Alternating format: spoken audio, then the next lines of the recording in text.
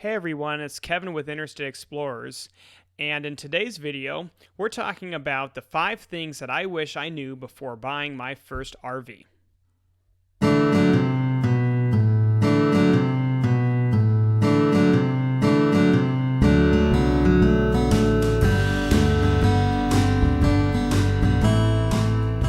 And the first thing is with RV loans and purchasing. So RVs are actually very affordable because of their loan structure. A typical RV loan is 15 to 20 years, and this is going to depend on the size of RV that you purchase. But with a longer term, it makes the monthly payments actually very affordable. And the down payment is usually pretty negotiable as with the dealer, and this down payment can be put on a credit card as well, or at least a portion can be put out on a credit card so you can get those credit card points.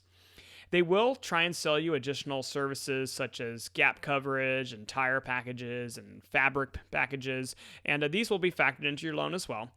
And also note that interest rates are going to be much higher for an RV than, say, a residential loan or an auto loan. With all this said, our first RV loan was just over $300 a month, and this was in year 2021, so this was an affordable monthly payment. So just make sure with any large purchase that you do your math and you budget everything accordingly before you pull the trigger on the RV.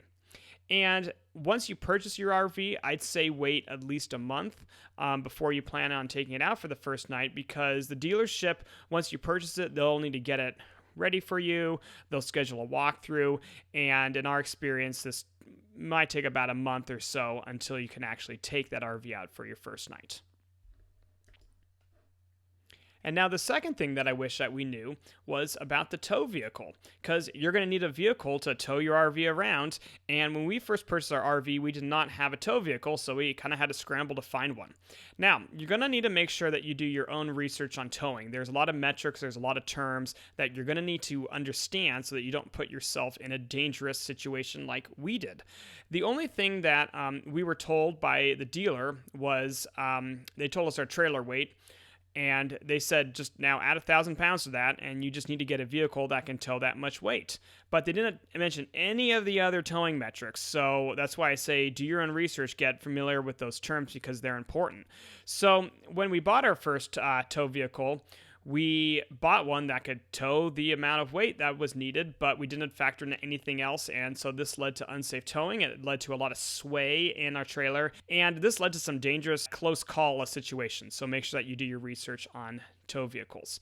These tow vehicles are expensive, and our tow vehicles have always usually cost us more than the RVs, so make sure that when you're buying an RV, you're also getting a tow vehicle as well if you don't have one. All right, and moving on to our third thing, that's going to be storage, because you're going to need somewhere to park this large RV that you just purchased. Maybe there's room at your house if you have a side yard. Maybe you can convert that into storage. That's probably the best if you have that kind of space.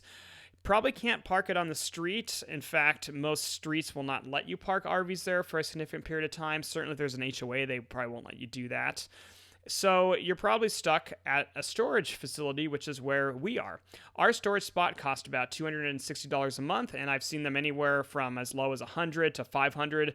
This is all just going to depend on your location and size and what kind of amenities the storage facility offers. When you're looking for a storage spot, you're going to want to obviously find somewhere that's fenced so people can't just get into your RV or steal it.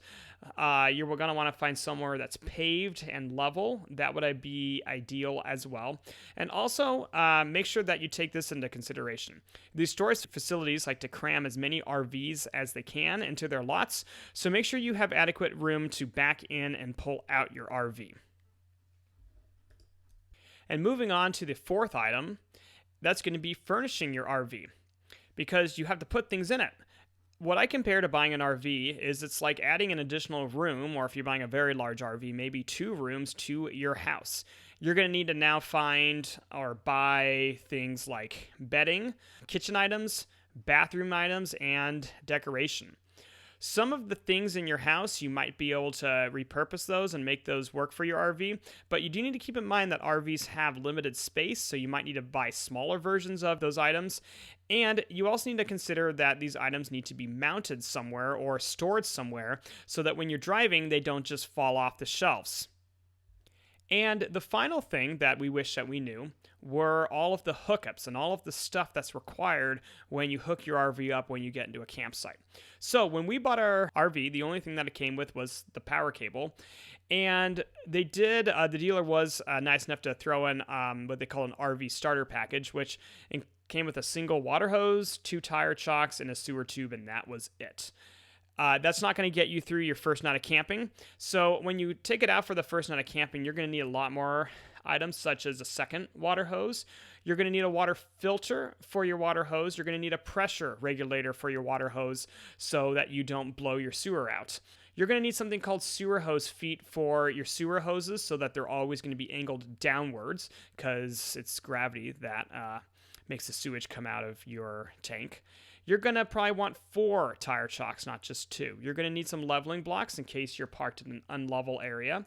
You're going to want a surge protector so that in case there's like an electrical storm or the power is not good at the campsite, that you don't blow all of your electrical system out. And you're also going to need storage bins for all of this stuff. So make sure that you factor that in as well. So thank you for watching this video, and we want to hear from you.